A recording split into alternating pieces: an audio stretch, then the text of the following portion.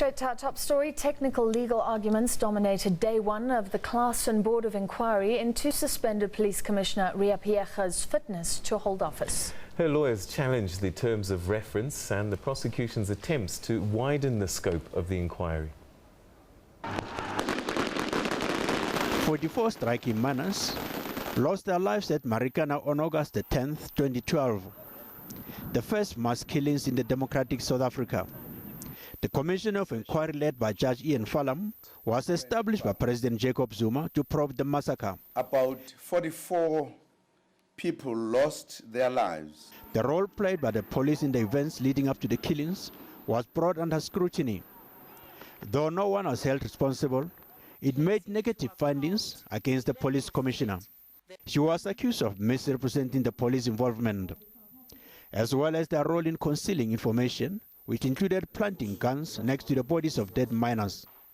Today, Phiyega's lawyers questioned the Claassen Board of Inquiry status based on the findings of the Falam Commission.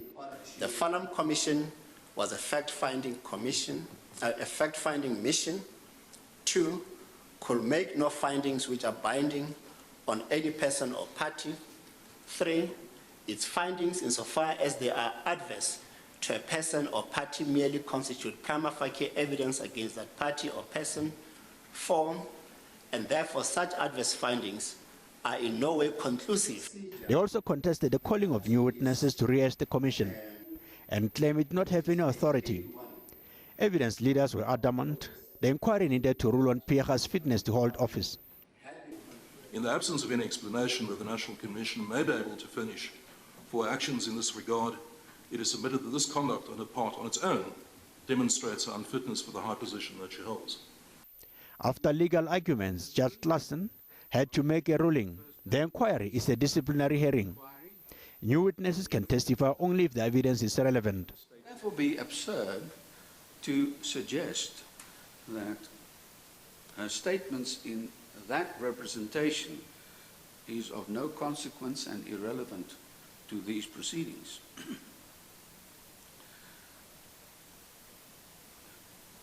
Her explanation to the President related to her very conduct at the hearing of the Falam Commission. The commission is scheduled to sit for 6 weeks. After the status of the inquiry was clarified, the hearing kicks off tomorrow with 14 witnesses lined up. Montlengane Dipoko, SABC News, Centurion, Pretoria.